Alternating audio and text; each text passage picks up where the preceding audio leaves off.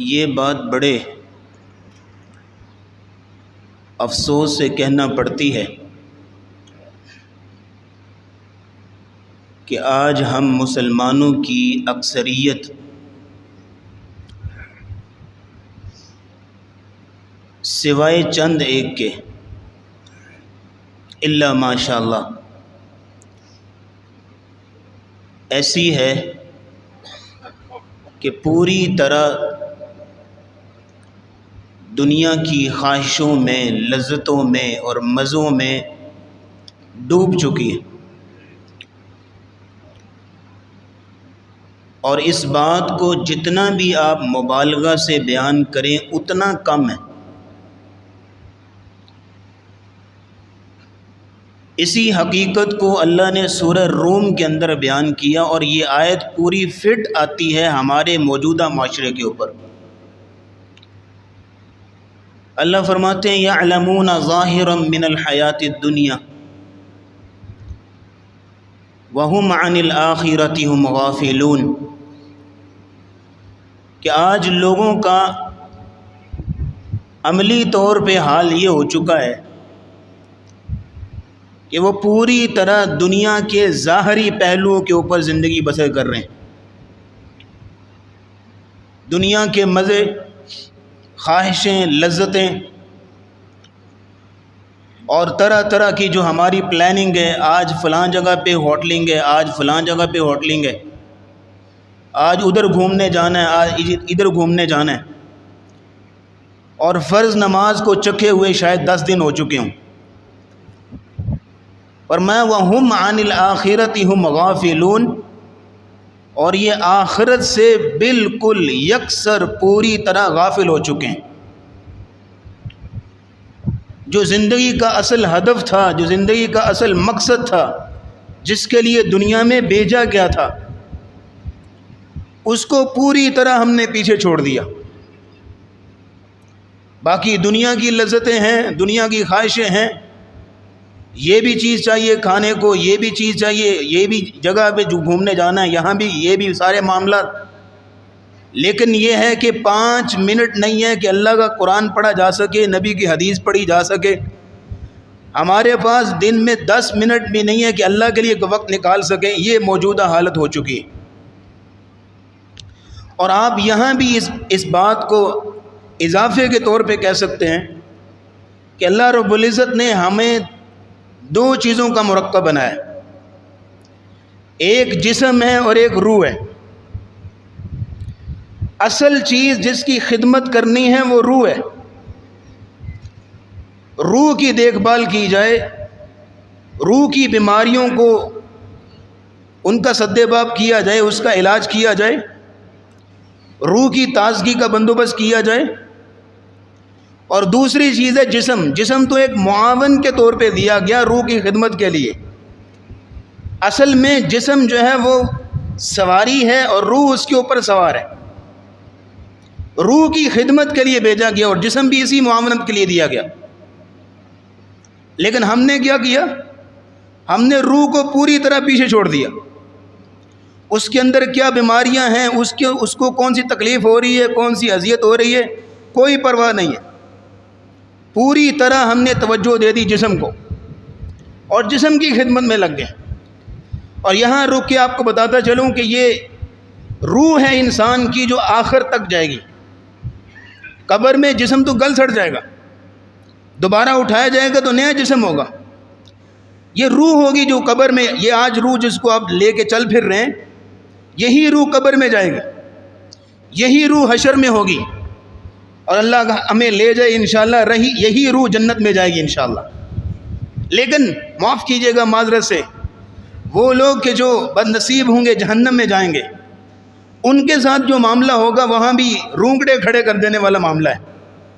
فرمایا کہ کلما نضجت جلودہم بدلناہم جلودا غیرہا لیذوقوا العذاب، جب ان کے جسم گل سڑ جائیں گے، جہنم کے اندر جل بن جائیں گے، تو اللہ کہہ رہے ہیں جسم ہم تبدیل کر دیں گے، روح وہی رہے گی۔ جو روح دنیا میں تھی روح وہی ہے، جسم بار بار تبدیل ہو رہا ہے۔ تو ہم نے یہ اپنے ساتھ دھوکہ کیا، یوں سمجھ لیجئے کہ ہم بہت بڑی غلطی میں پڑ گئے کہ ہم روح کو بالکل بھول گئے اور جسم کی خدمت میں لگ گئے۔ آپ یہاں سے نکلیے، کسی بھی مارکیٹ میں چلے جائیے، کسی بازار کا رخ کیجئے، آپ کو ہر چیز جو مل رہی ہے کس کی خدمت کے لیے؟ جسم کی خدمت کے لیے، روح کی؟ بولیے ذرا، جسم کی خدمت کے لیے۔ کوئی فوڈ پوائنٹ بنے ہوئے ہیں، کوئی جناب کوئی گاڑیوں کی شاپ ہے، کوئی جناب جو ہے وہ کوئی فوم کی شاپ ہے، یا کسی طرح کی کپڑوں کی ہے، جوتوں کی ہے۔ آپ کی جتنی بھی دکانوں پہ آپ کی نظر پڑ رہی ہے وہ ساری کی ساری جسم کی خدمت کے لیے نا، روح کی خدمت کے لیے۔ گلی کے ایک نکڑ پہ چھوٹی سی مسجد ہے اور وہ کوئی جاتا ہے، دن میں نہیں جاتا، روح کو تکلیف ہو رہی ہے، اذیت ہو رہی ہے، روح کی غذا کیا ہے کوئی پتہ ہی نہیں ہے۔ اور آپ یہاں پہ غور کر لیجئے کہ اللہ رب العزت نے ہمیں روح بھی دی اور جسم بھی دیا، اور جسم مٹی سے بنایا اور اس کی غذا کا بندوبست بھی مٹی سے کیا، اور روح اللہ رب العزت نے آسمانوں سے بھیجی اور اس کی غذا کا بندوبست بھی اللہ نے آسمانوں سے کیا، قرآن نازل کیا۔ تو یہاں ایک غلط فہمی کا ازالہ کرنا چاہتا ہوں، جس چیز میں ہم دھوکے میں پڑ گئے کہ ہم جسم کی خدمت میں لگ گئے، 24 گھنٹے بس جسم کا جو چل ہے، مزہ ہے، ایڈونچر ہے، اس کو جو چیز اچھی لگتی ہے، مزہ آتا ہے، بس اسی چیز میں لگے ہوئے 24 گھنٹے۔ لیکن روح کو کس چیز سے تازگی ملتی ہے، روح کو کس چیز سے سکون ملتا ہے، اس کو ہم بالکل پوری طرح بھول چکے ہیں، جبکہ یہی روح ہے جو آخر تک جائے گی اور جسم تو یہی قبر میں گل چڑھ جائے گا۔ یہ بہت بڑی غلط فہمی۔ اب یہاں پہ ایک اور چیز ایڈ کرتا چلوں، اللہ رب العزت نے آدم علیہ السلام کو دنیا میں بھیجا جنت سے نکال کے، غلطی ہو گئی، جنت سے نکال دیا، دنیا میں بھیجا اس لیے، دو چیزوں کے لیے۔ نمبر ایک، سزا کے لیے، کہ یہاں جنت میں تم سے غلطی ہوئی، نافرمانی ہوئی، بطور سزا یہ دنیا ملی ہے، بطور سزا، بطور انعام نہیں ہے جو بڑے مزے سے ہم پھر رہے ہیں، بطور سزا ہے۔ اس کانسیپٹ کو سمجھیے ذرا، تصور میں لائیے سزا کیا ہوتی ہے۔ بطور سزا یہ دنیا ملی ہے، اور دوسری چیز بطور امتحان ملی ہے یہ دنیا، کہ یہاں پہ آؤ، اپنا عملی طور پہ اپنا لاہ عمل ہمیں کر کے دکھاؤ گے، عملی طور پہ ہمیں دکھاؤ تم کیسے ہو، پھر جب تمہارے اعمال ہمیں اچھے لگیں گے تو بطور انعام یہی جنت دوبارہ ہم تمہیں دے دیں گے، بطور انعام یہی جنت ہم تمہیں دوبارہ دے دیں گے۔ جیسے اللہ رب العزت نے آدم علیہ السلام کو بھیجا، پہلے پارے میں یہ کہانی سنا دی گئی ہمیں، قُلْنَا اهْبِطُوا مِنْهَا جَمِيعًا، جہاں سے زمین اترو، یہاں سے زمین پہ چلو، فَإِمَّا يَأْتِيَنَّكُم مِّنِّي هُدًى، بس میری طرف سے تمہارے پاس ہدایت آئے گی، فَمَن تَبِعَ هُدَايَ، جس نے میری اس ہدایت کی پیروی کی، روح کی خدمت کی، فَلَا خَوْفٌ عَلَيْهِمْ وَلَا هُمْ يَحْزَنُونَ، نہ ان پر کوئی خوف ہوگا اور نہ وہ غمزدہ ہوں گے۔ اصل یہ چیز ہے، یہ دنیا میں بھیجا گیا صرف اس ہدف کو حاصل کرنے کے لیے، جس جگہ سے نکالے گئے تھے جنت سے، اس ہدف کو حاصل کرنے کے لیے ہمیں دنیا میں بھیجا گیا ہے۔ اور اللہ کی قسم آپ تائید کریں گے، میں یہ جتنے بھی مبالغے سے بات کروں اتنا ہی کم ہے، جتنا ہمیں اس ہدف کو سامنے رکھنا چاہیے تھا نا جنت کو، اتنا ہی ہم نے اس کو پسے پش ڈال دیا ہوا ہے۔ آپ دیکھ لیجئے کسی بھی انسان کو، اللہ ماشاءاللہ نیک لوگ ہیں، میں سب کی بات نہیں کر رہا، لیکن اوورآل حالت کیا ہے؟ آپ کسی بھی انسان کے 24 گھنٹے کے جو معاملات ہیں ان کو دیکھ لیجئے، دنیا کے سارے کام ہو رہے ہیں، صبح و شام جو ہے وہ دنیا کے کاموں میں ہے، اور اپنے جو ہے وہ سکون اور مزہ اور سب کچھ دیکھ رہا ہے، لیکن یہ ہے کہ آخرت کی تیاری کے لیے کیا کر رہا ہے؟ کچھ بھی نہیں ہے، 5 منٹ نہیں ہے اس کے پاس آخرت کی تیاری کے لیے۔ اور یہ ہے کہ ہمیں جو ہدف دیا گیا تھا وہ جنت ہے۔ تو آج کے خطبہ جمعہ میں اسی تمہید کو سامنے رکھتے ہوئے کچھ گزارشات آپ کے سامنے رکھتے ہیں کہ جو ہمیں سبق پڑھایا گیا تھا وہ ہم بھول چکے ہیں، بھولا ہوا سبق ہم نے یاد کرنا ہے، اس جنت کو ہم نے حاصل کرنا ہے، اور اس جنت کو حاصل کرنے کے لیے محنت کرنی ہے کہ جہاں سے ہم نکالے گئے تھے اس جنت میں دوبارہ جانے کے لیے تگ و دو کرنی ہے۔ پھر اب یہاں پہ ایک تعجب نہیں ہوتا آپ کو کہ جس امت مسلمہ کے ایمان کے لازمی جزیات میں سے ایک لازمی جز ایمان بالآخرت ہے کہ نہیں؟ ایمان بالآخرت، ایمان بالآخرت ہمارے ایمان کے جزیات میں سے لازمی جز ہے اور لازمی تقاضا ہے ایمان بالآخرہ، اور وہ امت اس کی عملی حالت یہ ہے کہ اس کے عمل میں سے کہیں بھی آپ کو ایمان بالآخرہ نظر نہیں آتا۔ کیوں جی؟ ایسے ہی ہے نا جی، کہیں بھی آپ کو ایمان بالآخرہ اس کے رنگ ڈھنگ میں، اٹھنے بیٹھنے میں، چلنے پھرنے میں، کون ہے جو آپ کو چلتے پھرتے ہوئے پل صراط کی باتیں کرتا نظر آتا ہے؟ کون نظر آتا ہے جس کو فکر ہے پسینے چھوٹ رہے ہیں پل صراط سے گزرنا پڑے گا؟ کون بندہ؟ ایک جگہ دکھائیے، کون ہے جس کو فکر ہے کہ میدان معاشر کی گرمی ہے اور میدان معاشر میں کیا بنے گا ہمارا؟ کون ہے جس کو فکر ہے کہ عذاب جہنم کی باتیں یاد کر کے اس کے رونگٹے کھڑے ہوتے ہیں؟ کون ہے جو جنت کی باتیں سن سنا کے اس کا ایمان تازہ ہوتا ہے؟ کوئی کسی کونے میں اٹھتا بیٹھتا آپ کو نظر آئے کوئی ہے؟ کوئی ایسا شخص نہیں ہے۔ ایمان بالآخرہ جس امت کا لازمی تقاضا تھا، اس امت نے ایمان بالآخرت کو پوری طرح جو ہے پسے پوچھ ڈال دیا۔ کہاں سے لائیں وہ نفوس قدسیہ؟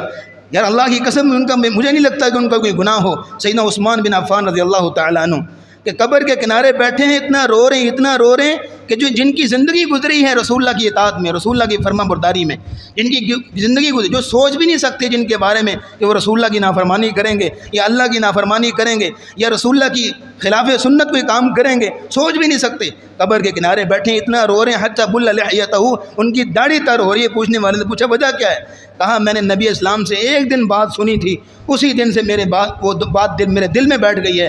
وہ بات یہ تھی کہ قبر جو ہے وہ پہلی منزل ہے، اگر اس میں جو بندہ پاس ہو گیا تو آگے وارے نیارے ہیں، اگر اس میں بندہ فیل ہو گیا تو آگے پھر ناکامی ناکامیاں۔ کہا یہ بات میں نے سنی تھی، وہ بات جو ہے آج تک مجھے رلاتی ہے اور دل پہ جو ہے وہ مجھے جو ہے وہ رات کو نیند نہیں آتی مجھے۔ جیسے ابو دردہ سے کسی نے پوچھا نا کوئی ایسی بات جس سے آپ کو زیادہ ڈر لگتا ہے، کوئی ایسا لمحہ کہ جس سے آپ کو جو ہے وہ بہت زیادہ خوفزدہ ہو جاتے ہیں، کہا مجھے ایک بات جو ہے وہ رلاتی ہے اور میرے رونگٹے کھڑے ہو جاتے ہیں جب بھی بیٹھے بیٹھے مجھے یاد آ جاتا ہے، اور وہ یہ ہے کہ جب ساری کائنات کے سامنے اللہ مجھے کھڑا کرے گا اور اللہ مجھے پوچھے گا ابو دردہ تم نے یہ گناہ کیوں کیا تھا؟ کہا ابو دردہ کہتے ہیں یہ بات یہ کیوں سن کے مجھے چیخیں نکل جاتی ہیں، اس کو سوچ کے تصور میں لا کے اس کیوں کا جواب نہیں ہے میرے پاس۔ اسی طرح ایک سلف میں سے ایک شخص نے کہا جب قرآن پڑھتے ہوئے میں اس آیت سے گزرتا ہوں نا میری چیخیں نکلتی ہیں اور مجھے سارا آرام و سکون بھول جاتا ہے۔ کون سی آیت؟ کہا وَإِن مِّنكُمْ إِلَّا وَارِدُهَا كَانَ عَلَىٰ رَبِّكَ حَتْمًا مَّقْضِيًّا۔ قرآن کی آیت اللہ فرماتے ہیں تم میں سے ہر ایک، زید بکر علی قاسم سب، نبی ولی صحابی کافر مشرک جو بھی ہے، ہر ایک شخص یہاں پہ کھڑا، یہ جو ہے وہ یہاں ممبر پہ جو کھڑا ہے، جو سامنے بیٹھا ہے، ہر ایک اپنے اپنے بارے میں سوچے۔ قرآن کی آیت اللہ کہتا ہے وَإِن مِّنكُمْ إِلَّا وَارِدُهَا، تم میں سے ہر ایک پل صراط سے گزر کر رہے گا، ہر ایک نے گزرنا ہے۔ سلف میں سے وہ شخص نے کہا کہ یہ آیت جب پڑھتا ہوں تو چیخیں نکلتی ہیں۔ اسی اہمیت میں نبی اسلام نے کہا تھا کہ جو چیزیں میں جانتا ہوں اگر تمہیں پتہ چل جائے نا تو تم ہنسنا بھول جاؤ۔ اہمیت میں نبی اسلام نے کہا تھا جو چیزیں میں جانتا ہوں اگر تمہیں پتہ چل جائے نا تو تمہارے چہروں کی مسکراہٹ ختم ہو جائے۔ اس لیے آج کے خطبہ جمعہ میں وہ سبق جو ہم بھول چکے ہیں اس کو یاد کرانے کے لیے چند گزارشات سنیے گا۔ اس تمہید کے بعد جس جنت کو ہم نے حاصل کرنا ہے اس کی 4 چیزیں ذہن میں رکھیے جو ہم نے حاصل کرنی انشاءاللہ۔ 4 چیزیں۔ نمبر 1 جنت کے دروازے، نمبر 2 جنت کی خوشبو، نمبر 3 جنت کے محلات جو اللہ نے اپنے بندوں کے لیے تیار کیے ہیں، اور نمبر 4 جنت کی نعمتیں۔ جنت کی جو ساری سٹوری ہے، یہ جنت کی جو ساری حقیقت ہے جو اللہ نے ہمارے لیے تیار کی ہوئی ہے، یہ 4 چیزیں ہیں جو ہم نے حاصل کرنی۔ تو ایک ایک کر کے اگر وقت ہمیں میسر ہوا تو انشاءاللہ تھوڑی تھوڑی بات جو ہے ان 4 چیزوں پہ کریں گے، نہیں تو پھر جتنا ہمیں سبق مل جائے، جتنی نصیحت مل جائے اتنی ہمارے لیے کافی ہے۔ اصل چیز یہ ہے کہ ہماری زندگی کا رخ بدلے، سوچ کا زاویہ بدلے، عمل کی ڈائریکشن بدلے، اور ہمیں یہ سمجھ آ جائے کہ ہمارا سبق یہ تھا کہ ہم نے وہ جنت حاصل کرنی ہے، اور اس جنت کو حاصل کرنے کے لیے ہم دنیا میں بھیجیں گے، لیکن ہم نے وہ سبق یکسر ہم نے بلا دیا۔ سب سے پہلی بات کرتے ہیں جنت کے دروازوں کے بارے میں۔ کتنے خوبصورت مضمون اللہ نے بیان کیا سورۃ زمر میں۔ ایڈوانس طور پہ آمین کہیے، اللہ ہمیں بھی خوش نصیبی نصیب فرمائے۔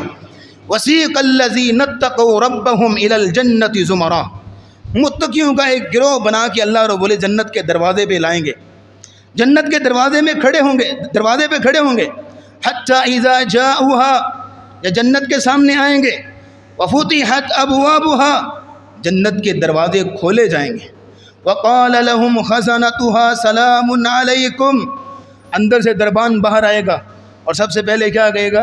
السلام علیکم، تم پہ سلامتی ہو، طیبتم، خوش رہو، تمہیں مبارک ہو، فادخلوها خالدین، اس جنت میں داخل ہو جاؤ اور ہمیشہ ہمیشہ تم نے یہیں رہنا ہے۔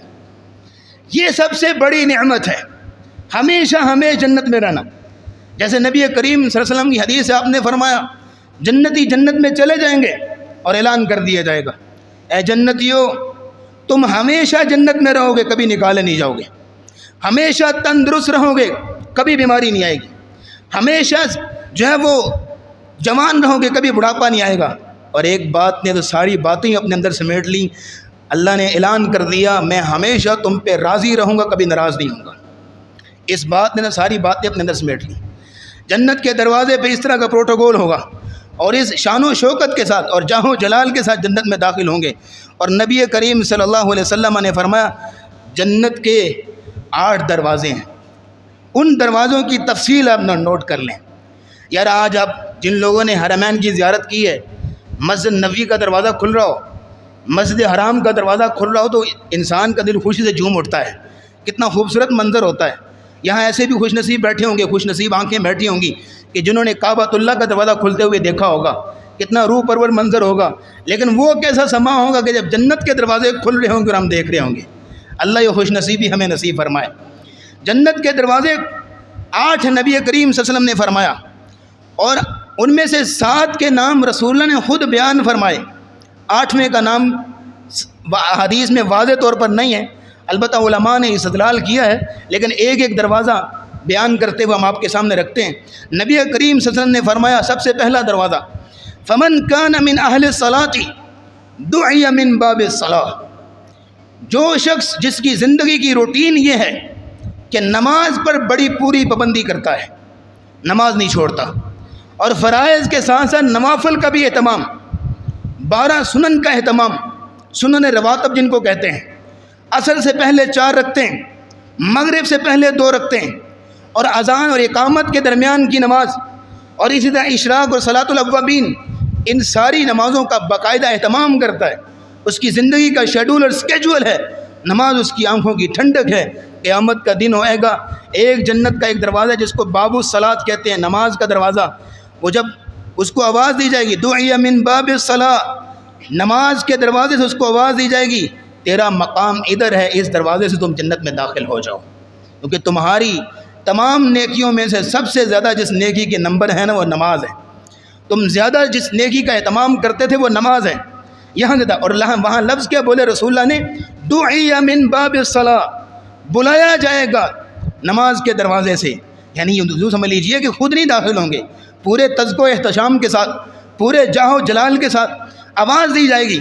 جس طرح کی مثال کے طور پہ، جیسے بچے بھی یہاں بیٹھے ہیں ان کے لیے مثال ہو جائے گی، آپ بھی سمجھ جائیں گے، جیسے رزلٹ ہو رہا ہو نا اسکول میں، کالج میں، یونیورسٹی میں، اور رزلٹ کی اناؤنسمنٹ ہو، اور تمام جو ہے وہ بچوں کی تعداد کے سامنے، پورے ڈپارٹمنٹ کے سامنے فلاں بچے کی یہ پوزیشن ہے، آواز دی جائے، اور وہ سب کے سامنے اٹھ کے آ رہا ہوتا ہے، وہ کتنا فخر محسوس کر رہا ہوتا ہے کہ پورے ڈپارٹمنٹ کے سامنے اس کو آواز دی جا رہی ہے، یہ کتنا خوش نصیب انسان ہوگا، پوری دنیا کے سامنے اس کو آواز دی جائے گی دعی من باب الصلاۃ، یہ نماز کی بڑی پابندی کرتا تھا، اس کو یہاں سے داخل کیا جائے گا۔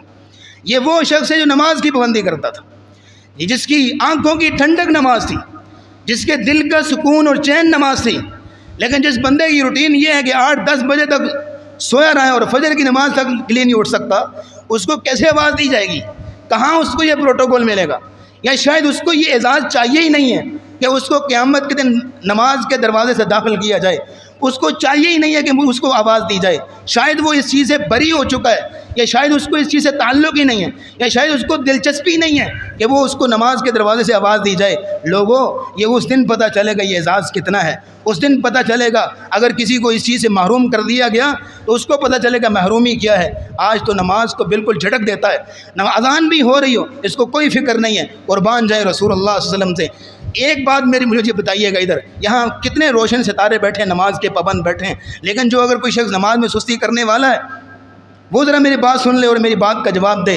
دنیا کائنات میں یہ بات تو مانتے ہیں کہ سب سے بہترین ہستی محمد رسول اللہ ہے صلی اللہ علیہ وسلم، یہ بات تو مانتے ہیں کہ دنیا کا کامیاب ترین انسان رسول اللہ ہے، یہ بات تو مانتے ہیں کہ دنیا کا عقل مند ترین اور دنا ترین انسان محمد رسول اللہ ہے صلی اللہ علیہ وسلم۔ اگر یہ عقیدہ ہے آپ کا، ایمان ہے آپ کا، تو اس ہستی نے کہا تھا وَجُعِلَتْ قُرَّةُ عَيْنِي فِي الصَّلَاةِ، نماز میری آنکھوں کی ٹھنڈک ہے۔ نماز کا وقت آتا رسول اللہ بلال سے کہا کرتے، بلال سکون نہیں آ رہا، چین نہیں آ رہا، ارحنا یا بلال، بلال اذان پڑھو، ہم نماز پڑھیں اور سکون ملیں۔ دنیا کا کامیاب ترین انسان نماز کے ساتھ یہ تعلق رکھتا ہے، تم نماز کو چھوڑ کے کون سی کامیابی دینا چاہتے ہو؟ یہ بات مجھے سمجھا دو بس۔ دنیا کا عقل مند ترین انسان نماز کے ساتھ یہ تعلق رکھتا ہے، آپ نماز کو چھوڑ کے کون سی عقل مندی دکھانا چاہتے ہیں یہ مجھے سمجھا دیں۔ دنیا کا افضل ترین انسان نماز کے ساتھ یہ تعلق رکھتا ہے، آپ نماز کو چھوڑ کے کون سی افضلیت لینا چاہتے ہیں حضرت، کون سا مقام لینا چاہتے ہیں، یہ ذرا مجھے سمجھا دے طالب علم کو۔ اس لیے دعی من باب الصلاۃ، قیامت کے دن جو نماز کی پابندی کرنے والا ہے اس کو نماز کے دروازے سے بلایا جائے گا۔ اللہ یہ خوش نصیبی ہمیں نصیب فرمائے۔ دوسرے نمبر پہ نبی کریم صلی اللہ علیہ وسلم نے فرمایا دوسرا دروازہ باب الجہاد، فرمایا فمن کان من اہل الجہاد دعی من باب الجہاد، جو شخص جہاد کرنے والا ہے اس کو جہاد کے دروازے سے داخل کیا جائے گا۔ اور یہاں رک کے یہ بات سمجھ لیجئے، سب سے افضل جہاد جو ہے، افضل ترین جہاد وہ ہے یہ کہ انسان اپنے جان اور مال کے ساتھ میدان جہاد میں اترے اور اللہ کے دین کو بلند کرنے کے لیے نعرہ تکبیر بلند کرتے ہوئے دشمن کی گردنیں گراتا ہوا اور مڑوڑتا ہوا جائے۔ فَاضْرِبُوا فَوْقَ الْأَعْنَاقِ وَاضْرِبُوا مِنْهُمْ كُلَّ بَنَانٍ، دشمن کے پور توڑ رہا ہو، یہ سب سے افضل ترین جہاد ہے۔ لیکن اگر یہ موقع نہیں مل رہا تو جہاد کی اور بھی کئی قسمیں ہیں۔ جہاد کا مطلب ہے کوشش کرنا، محنت کرنا۔ جہاد پہ نفس ہے، اپنے نفس کے ساتھ جہاد، یعنی اپنے آپ کو گناہوں سے بچا کے رکھنا، اللہ کی اطاعت پہ جما کے رکھنا۔ جہاد بالقلم، قلم کے ساتھ جہاد کرنا، یعنی اپنے قلم اور کتابوں اور تصنیف کے ذریعے سے وہ اللہ کے دین کی سربلندی اور تبلیغ و اشاعت اور نشر و اشاعت میں محنت کر رہا ہے۔ اور جہاد باللسان بھی ہے، اپنی زبان سے وہ دین کا بول بالا کر رہا ہے۔ اور اسی طرح اور بھی کئی قسمیں جہاد کی ہیں۔ لیکن اس کے سب کے باوجود ایسا شخص جو سب سے افضل ترین جہاد، میدان میں اتر کے جہاد کرنا، ایسا شخص جس بندے کے دل میں کبھی خواہش پیدا نہیں ہوئی، کوئی تمنا نہیں ہے، اور وہ اسی حالت میں مر گیا اور جہاد کی کوئی تمنا نہیں اس کے دل میں، فرمایا نبی اسلام نے کہ وہ نفاق کے ایک شعبے پہ اس کی موت آئے گی۔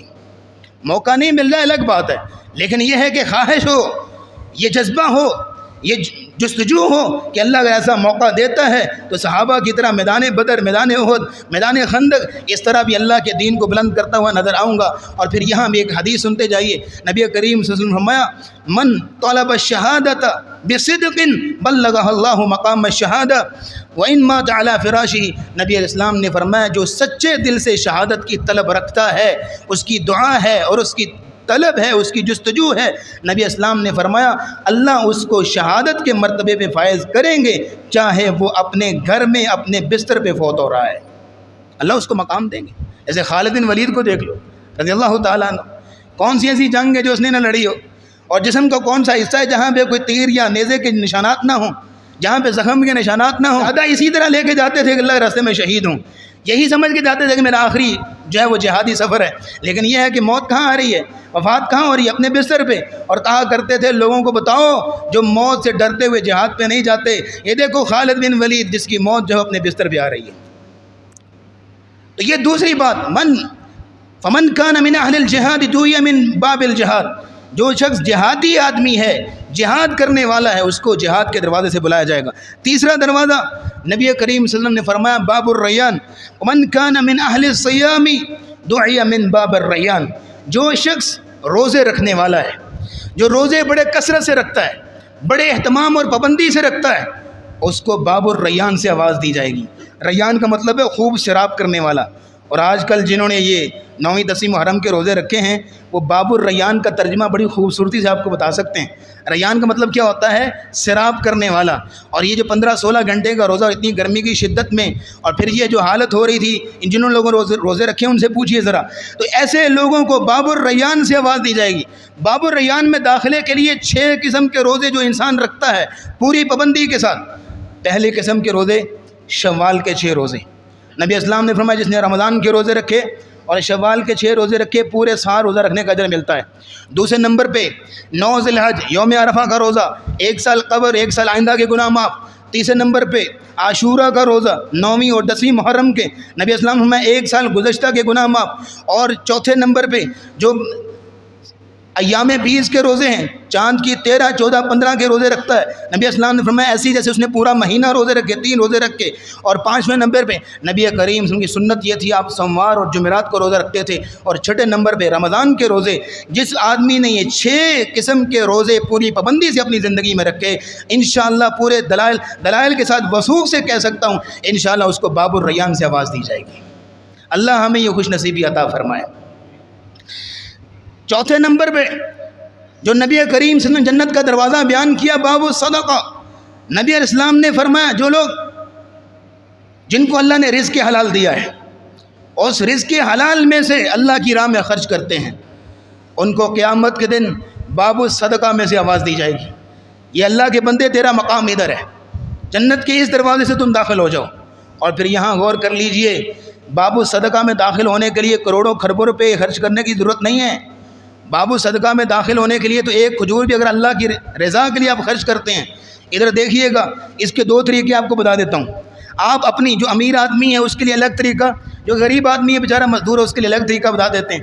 امیر آدمی اپنی پوری آمدنی کا اس کی پرسنٹیج نکالے، 5%، 10% ماہانہ آمدنی ہے یا سالانہ آمدنی ہے، جیسی بھی ہے، ہر آمدنی میں سے اتنے % اللہ کی راہ میں خرچ کروں گا۔ جو فرض زکوٰۃ ہے وہ تو دینی ہے، لیکن یہ نفلی کی بات ہو رہی کہ اتنے % میں اللہ کی راہ میں خرچ کروں گا۔ جو غریب آدمی ہے، مزدور ہے، وہ زیادہ نہیں خرچ کر سکتا، اس کے لیے بڑا آسان فارمولہ اور نبی کریم صلی اللہ علیہ وسلم کی حدیث پہ عمل کرنے کا بڑا آسان طریقہ۔ نبی اسلام نے فرمایا روزانہ جب سورج طلوع ہوتا ہے 2 فرشتے کھڑے ہوتے ہیں، ایک فرشتہ آواز دیتا ہے یا اللہ جو آج تیری راہ میں خرچ کرے اس کو مزید مال و دولت دے، فراوانی کر دے، اور دوسرا کہتا ہے یا اللہ جو تیری راہ میں خرچ نہ کرے، ہاتھ روکتا ہے، یا اللہ اس کے مال کو تلف کر دے، اس کو جو ہے مال کی برکت سے محروم کر دے۔ 2 فرشتے، ایک دعا کرتا ہے، ایک بد دعا کرتا ہے۔ اس دعا کو حاصل کرنے کے لیے اور اس بد دعا سے بچنے کے لیے یہ فارمولہ یہ ہے، مزدور آدمی ہے، ایک گلہ بنا لے، چھوٹا سا ڈبہ، اور روزانہ کے صبح جب اٹھے، کوئی صداقت نہیں ہے، 10 روپے یا 20 روپے اس گلے میں ڈالتا جائے۔ جب دیکھے کہ اچھی خاصی رقم ہو گئی ہے، مہینے بعد 2 مہینے بعد اس کو نکالے، کسی کی مدد کر دے، یا کسی کے گھر میں کوئی راشن میں سے کوئی چیز اگر آتی ہے تو وہ دے دے، دیکھیے اس کو کتنی خوشی نصیب ہوگی، اور اس کا ہر دن صدقے سے شروع ہوگا انشاءاللہ۔ اور ایسے لوگوں کو باب الصدقہ سے آواز دی جائے گی۔ اللہ یہ خوش نصیبی ہمیں نصیب فرمائے۔ 5ویں نمبر پہ جو 5واں دروازہ نبی کریم صلی اللہ علیہ وسلم نے بیان فرمایا وہ ہے باب الایمن، خیر و برکت کا دروازہ، برکت کا دروازہ جس کو نبی اسلام نے بیان فرمایا۔ اور یہ وہ دروازہ ہے جس کو نبی کریم صلی اللہ علیہ وسلم نے فرمایا جب شفاعت کبریٰ ہوگی، اللہ مجھے حکم دیں گے کہ اپنی امت میں سے 70,000 کو بغیر حساب کے جنت میں داخل کر دو، اور وہ سارے کے سارے اسی باب الایمن سے داخل ہوں گے۔ ہر 70,000 کے ساتھ مزید 70,000، 4 ارب 90 کروڑ آدمی امت محمدیہ کا بغیر حساب کے، بغیر عذاب کے جنت میں داخل ہوگا، اور اسی دروازے سے انٹر ہوں گے۔ اور ان کا عمل کیا تھا؟ عمل یہاں نوٹ کر لیجئے، انہوں نے زندگی بھر کسی طرح بھی اللہ کے ساتھ شرک نہیں کیا، اور اللہ پہ اتنا توکل اور اعتماد ہے کہ کسی کے یعنی کہ یوں سمجھ لیجئے کہ اپنا علاج بھی نہیں کرواتے تھے کہ میرے رب نے بیماری دی ہے وہی شفا دے گا، یعنی ان کا اتنا توکل تھا۔ علاج کرنا اس میں یہ ہے کہ جائز ہے، سنت ہے، لیکن توکل اتنا تھا اپنے رب پہ، نہ انہوں نے کوئی غیر شرعی اور شرکیہ دم جھاڑ کیا، نہ ایسی کوئی جو ہے وہ دم کیے جو شرکیہ ہیں، نہ کوئی ایسا معاملہ۔ اللہ پہ انتہا درجے کا توکل کرنے والے یہ وہ لوگ ہوں گے جو 5ویں دروازے باب الایمن سے داخل ہوں گے، اور بغیر حساب کے اور بغیر عذاب کے جنت میں داخل ہوں گے۔ اللہ یہ عمل کرنے کی اور اس عمل کے نتیجے میں اس انعام کو حاصل کرنے کی توفیق عطا فرما۔ 6 نمبر پہ نبی کریم صلی اللہ علیہ وسلم نے دروازہ بیان کیا، باب لا حول ولا قوت الا باللہ۔ قیس بن سعد رضی اللہ تعالیٰ عنہ بیان کرتے ہیں مجھے نبی کریم صلی اللہ علیہ وسلم نے فرمایا الا ادلک من ابواب الجنہ، میں تجھے جنت کے دروازوں میں سے ایک دروازہ نہ بتاؤں؟ جی یا رسول اللہ بتائیے۔ فرمایا لا حول ولا قوت الا باللہ، جو بندہ اس ذکر کو کثرت سے پڑھتا ہے اور زندگی بھر اس کا معمول یہ ہے اس کو ورد کرنا اور اس کو کثرت سے پڑھنا، نبی کریم صلی اللہ علیہ وسلم نے فرمایا اس کو باب لا حول ولا قوت الا باللہ سے داخل کیا جائے گا، جو کثرت سے پڑھتا ہے۔ بعض لوگوں کو شاید یقین نہیں ہوتا، آئیں گے ہمارے پاس، قاری صاحب کوئی یہ مسئلہ ہے وہ مسئلہ ہے، کوئی وظیفہ بتا دیں۔ ہم کوئی وظیفہ بتاتے ہیں لا حول ولا قوت الا باللہ، یا کوئی اور وظیفہ، یہ تو میں کرتا ہوں، کیا جواب دیں گے؟ یہ تو میں کرتا ہوں. جب یہ کرتے ہیں تو پھر اور کیا چاہیے؟ اور جبریل تو ہمارے پاس آتا نہیں کوئی نیا وظیفہ لے کے آئے. جب ان اتنے بڑے اور عظیم وظیفوں کے بعد بھی آپ کو فائدہ نہیں پہنچ رہا تو پھر اور کہاں سے ہم وظیفے لے کے آئیں؟ جبریل نئی وحی لے کے تو آتا نہیں ہمارے پاس. باب لا حول ولا قوت الا باللہ. اور اس لیے کہ یہ اسلام کا بنیادی کانسیپٹ ہے. اس کا ترجمہ کیا ہے؟ نیکی کرنے کی طاقت اور گناہ سے بچنے کی ہمت توفیق صرف کون دیتا ہے؟ اللہ. یہ کانسیپٹ ہے بنیادی طور پر، اس لیے جنت کے دروازے کا نام ہے. 7ویں نمبر پہ یہاں نوٹ کیجئے گا، باب الوالد. ایک دروازے کا نام ہے والد. ایک دروازے کا نام کیا ہے؟ والد. 7ویں نمبر پہ نبی کریم صلی اللہ علیہ وسلم کی حدیث ہے. ابو درداء رضی اللہ تعالیٰ عنہ بیان کرتے ہیں، میرے پاس ایک شخص آیا اور آ کے کہتا ہے میری ایک بیوی ہے اور میرے ابا نے مجھے حکم دیا ہے کہ اس کو طلاق دے دو. ظاہر ہے کہ اس کی کوئی بد اخلاقیاں ہوں گی یا کوئی معاملات ایسے ہوں گے جیسے حضرت ابراہیم نے اپنے بیٹے کو نصیحت کی تھی اس کو طلاق دے دو، کوئی ایسا معاملہ ہوگا. تو ابو درداء مجھے بتائیے میں کیا کروں، باپ کی مانوں یا بیوی کو رکھوں؟ فرمایا سمعت رسول اللہ صلی اللہ علیہ وسلم یقول، میں نے رسول اللہ صلی اللہ علیہ وسلم سے سنا تھا آپ فرما رہے تھے الوالد اوسط ابواب الجنہ، باپ جو ہے یہ جنت کا درمیانہ دروازہ ہے. اوسط کا ایک معنی ہوتا ہے سب سے افضل، جیسے قرآن میں آتا ہے وَكَذَلِكَ جَعَلْنَاكُمْ أُمَّةً وَسَطًا، ہم نے آپ کو امت وسط بنائے ہیں، سب سے افضل امت. اسی یہاں اوسط کا معنی افضل بھی لے سکتے ہیں. باپ جنت کا سب سے افضل دروازہ ہے. یہاں یہ اکثر لوگ ماں کی شان بیان کرتے ہیں، باپ کو شاید کوئی پوچھتا نہیں ہے، لیکن یہاں نوٹ کر لیجئے. اور وہاں ابو درداء نے لفظ بولے کہ تیری مرضی ہے چاہے تو اس دروازے کو بند کر دے اپنے لیے، اور تیری مرضی ہے چاہے اپنے لیے اس دروازے کو کھلوا لے. باپ کی خدمت کرے گا، اس کو جو راضی رکھے گا، تیرے لیے یہ دروازہ کھلا رہے گا. باپ کو ناراض کر کے دنیا سے جائے گا اور ساری زندگی باپ کا دل دکھا کے دنیا سے جائے گا تو کہاں یہ دروازہ کھلے گا آپ کے لیے حضرت؟ وہاں تو تالے لگے ہوں گے آپ کے لیے، اللہ معاف کرے، وہاں تو تالے لگے ہوں گے. اس لیے یہاں پہ یہ بات سمجھ لیجئے کہ باپ کی خدمت کرنا، باپ کو راضی رکھنا ماں کا مقام بھی ہے، لیکن یہ یہاں باپ کا مقام بیان کیا جا رہا ہے. جنت میں ایک دروازہ رکھا ہے باپ کے نام کا، یہ ہمارے لیے ایک اپورچونٹی ہے کہ باپ کی خدمت کرے، اس کو راضی رکھیں گے تو انشاءاللہ جنت میں یہ دروازہ کھلے گا. آخری دروازہ 8ویں نمبر پہ بعض نے باب الحج بیان کیا ہے اور بعض نے کہا یہ باب الصبر ہے، کیونکہ احادیث میں اس کی وضاحت نہیں آئی. لیکن ہمارے نزدیک طالب علم اپنی کم علمی کا اعتراف کرتے ہوئے یہ عرض کرتا ہوں کہ یہ 8واں دروازہ مجھے لگتا ہے، میرا آئیڈیا یہ ہے کہ اللہ رب العزت نے اپنے بندوں کے لیے یہ سرپرائز رکھا ہے. اس لیے نبی اسلام نے حدیث میں اس کا نام نہیں بتایا. اب وہ اللہ رب العزت اپنے بندوں کو کس انعام کے طور پہ یا کس عمل کے طور پہ یہ دروازہ عنایت کریں گے، اس کو اس دروازے سے داخل کریں گے، وہ اللہ بہتر جانتا ہے. لیکن یہ ہے کہ اپنے بندوں کے لیے سرپرائز رکھا ہے. یہ جنت کے 8 دروازے ہیں. جب نبی کریم صلی اللہ علیہ وسلم جنت کے دروازوں کی تفصیل بیان کر رہے تھے تو سامنے صحابہ میں ابو بکر صدیق بیٹھے ہوئے تھے رضی اللہ تعالیٰ عنہ.